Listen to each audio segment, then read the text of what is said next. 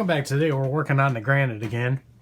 I had somebody look this over real quick because, as I said before, I got out of RC cars back in 2003, so some of the electronic updates and everything I am not used to.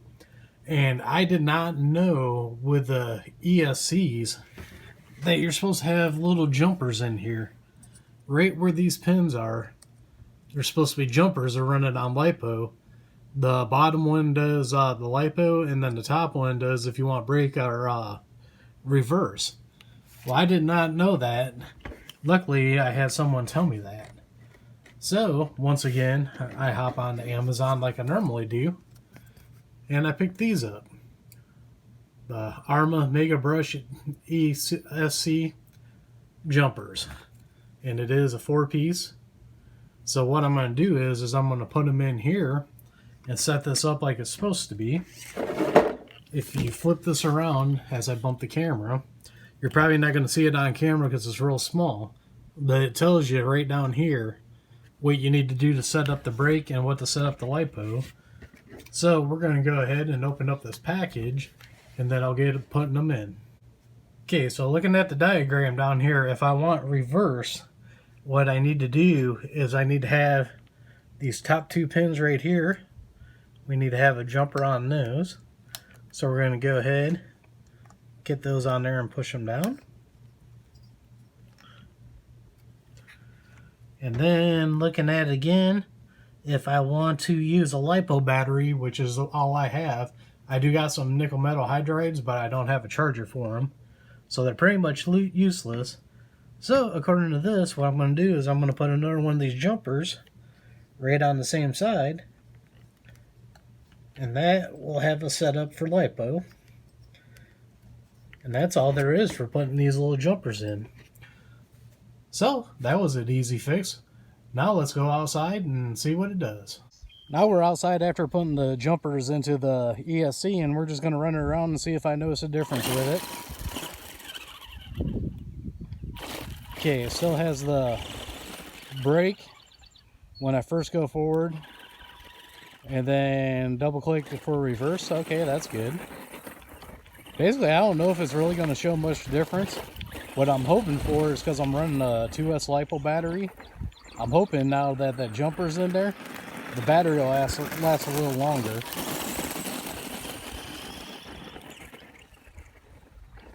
But so far it seems to be running pretty good here. If I end up keeping the stock Arrma motor in it, I got a 19 tooth pinion in it right now. I think what I might end up doing is putting a 15 tooth in it.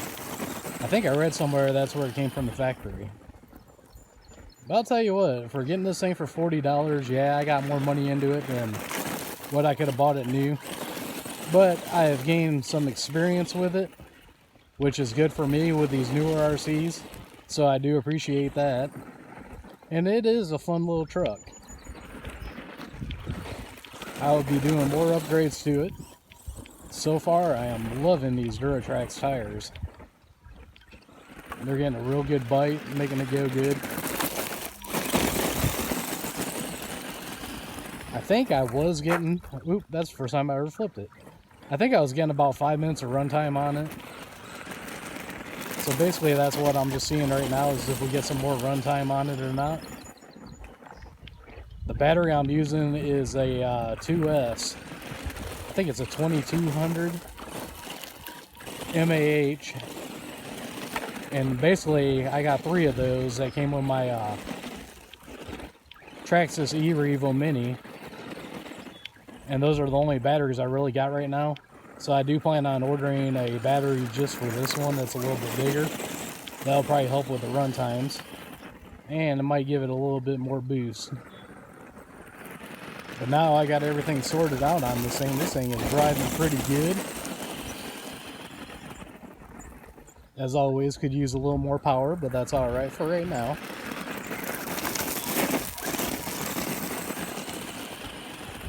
But just for doing a little test run out here in the driveway, it's pretty fun. Get some fishtailing going. Ooh, don't want to hit that wood there.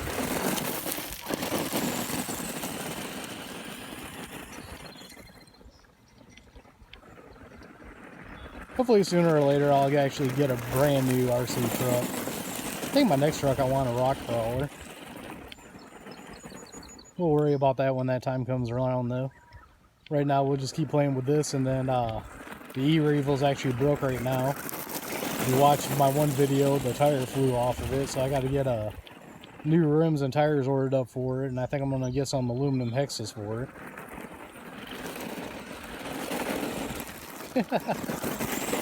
That's real fun doing that. Now that I got the steering figured out on this, the steering is actually awesome. I do have that Amazon servo still. I haven't put that in yet. I think I might put it in just for a video, but this Arrma one's working pretty good, so now that I got the steering issues figured out, I think I might do that just for a video, and then if I get a rock crawler or something, I might rip that Amazon servo out, put the Arrma one back in this because it seems to be working pretty good, and put it on the rock crawler depending how that one is. But as of right now, looking at my video time, I'm going on to 4 minutes. And this thing's still going at a pretty good pace here, so that's pretty good. It's starting to slow down a little bit. But at least I know with the electronics now it's set up right. And that's basically, like I said, I like learning now because technology now is so much different from early 2000 when I was into RCs. I wish we had these LiPo batteries and brushless motors back then.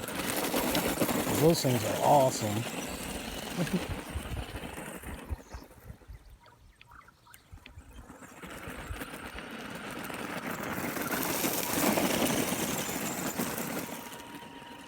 Nope, and I think we just hit the cutoff. Yep, basically at about 5 minutes. Well, I really didn't see much of a difference with the jumpers or anything. Basically, the main thing is they're in there and they're supposed to be in there now. Like I said, I was running it before without them. So, still getting about 5 minutes of runtime on it. But that's alright. Go ahead and scroll down and look at that bad boy there. There's a close-up of it with its new tires and everything. Well, pretty much that's all I got for today. Thank you for watching, and I'll see you all on the next one.